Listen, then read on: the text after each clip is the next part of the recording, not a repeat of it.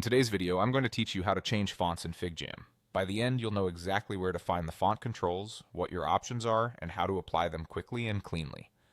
First, head over to figma.com and log in using your usual account. Any modern browser will work, and once you're in, you'll land on your home dashboard. From here, you'll want to work inside a FigJam file. You can click the FigJam section to see your boards, or simply open one of your recent files if you've been working on something already. Either way, get a FigJam board open so you can make changes right on the canvas. Now in your FigJam board, click on any piece of text. You can click once to select it, or double-click if you want to edit the wording. As soon as the text is selected, a small toolbar will appear. This is your quick access panel for formatting.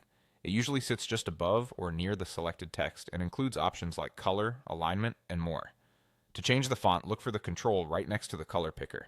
The color picker typically shows your current text color, and immediately beside it you'll find the font style menu. Click that and you'll see your options. In FigJam, the font choices are intentionally simple and streamlined. There are only 4 options designed to keep your boards clean, readable, and consistent. You'll find a friendly handwritten style for informal notes, a clean sans serif for modern clarity, a serif option for a more traditional look, and a monospace style that's great for code snippets or anything that benefits from fixed width alignment. Choose the style that best matches the tone of your board. If you're brainstorming, the handwritten option can feel more casual and approachable. For presentations or team reviews, sans serif often keeps things crisp and professional. Serif can add a touch of formality, and monospace is perfect when alignment matters or you want a technical feel. A few quick tips as you work. If you have multiple text objects that should share the same look, hold Shift and select them all first. Then choose your font style once to update everything together.